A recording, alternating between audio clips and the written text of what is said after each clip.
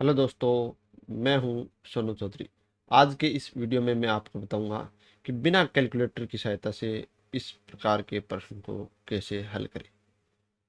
तो आपको दिया गया है कि 1015 का वर्ग घटाओ 1 और भाग में हमारे पास 1014, यानी हमें क्या करना है कि 1015 का वर्ग करना है, फिर उसमें से 1 घटाना है और फिर उसमें हमें 1014 का भाग देना है।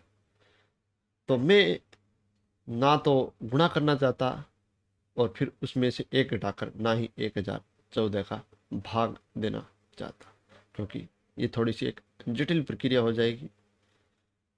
तो चलिए इसको एक आसान तरीके से सोल्व करते हैं।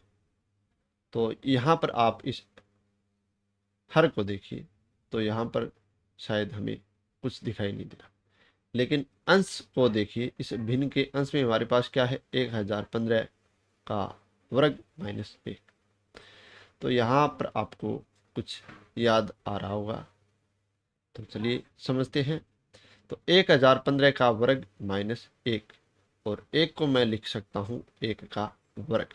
अब 1 का वर्ग क्यों लिख सकता हूँ, क्योंकि हम 1 की कितनी भी घात लगाएं उसका आंसर हमेशा 1 आता है। तो मैंने इस संरचना में कोई परिवर्तित नहीं किया है, यानी 1015 का वर्ग माइनस 1 का वर्ग।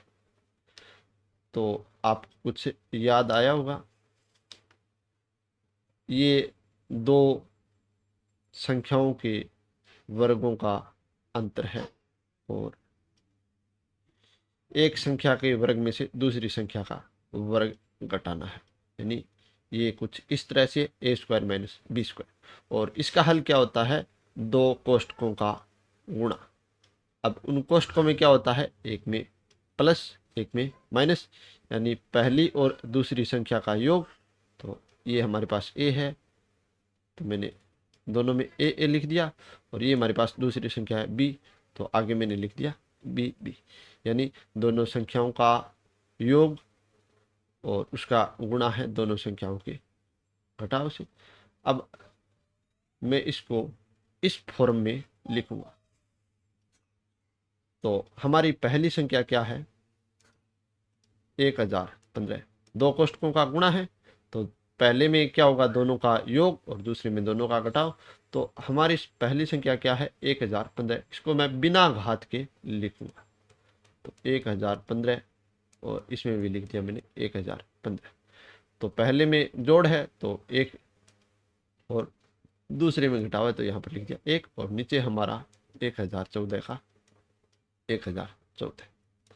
तो 1015 में मैंने जोड़ा 1, तो 1016 मल्टीप्लाई 1015 में से मैंने घटाया 1, तो कितना है 1014, और भाग में 1014।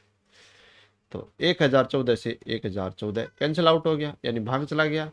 तो हमारे पास क्या आंसर आया, 1016।